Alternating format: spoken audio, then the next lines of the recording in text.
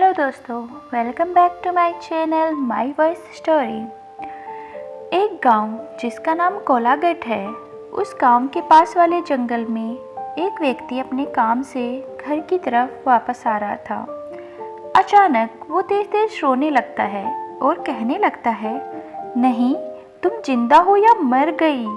पहले उस गांव में कोई भी भूत प्रेतों की बातों पर विश्वास नहीं करता था, पर उस दिन के बाद धीरे धीरे गांव वालों के मन में आत्माओं को लेकर डर बैठ गया।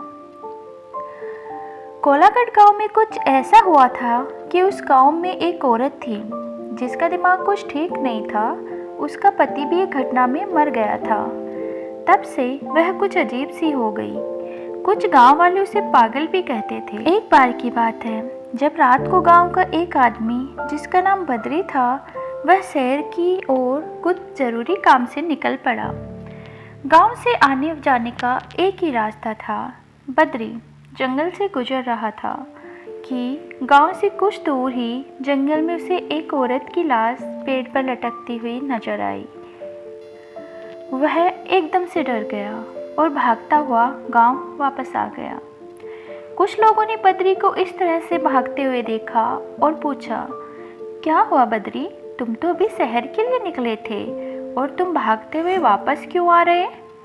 तब बद्री ने बताया, उसने अभी किसी की लाश को पेड़ पे लटकते हुए देखा है और वो लाश किसी औरत की है।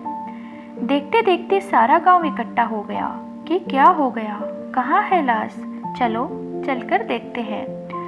गांव वालों ने जब लाश को जाकर देखा तो वास्तव में किसी औरत की लाश पेड़ से लटकी हुई थी।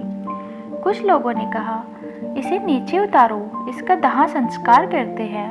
पर इतने में ही कुछ गांव वालों ने कहा कि अब दाह संस्कार करने से कुछ नहीं होगा और यदि इस लाश का दाह संस्कार गांव के अंदर किया गया तो इसकी आत्मा गांव के अंदर ही भटकती रहेगी।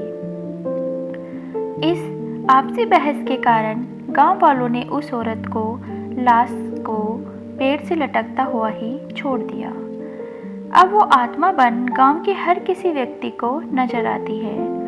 गांव वाले अब उस औरत की लाश का दाह संस्कार भी नहीं कर सकते हैं, क्योंकि आत्माओं का कभी दाह संस्कार नहीं होता है। दोस्तों, अगर आपको हमारी कहानी पसंद आई है तो लाइक और सब्सक्राइब जरूर करना।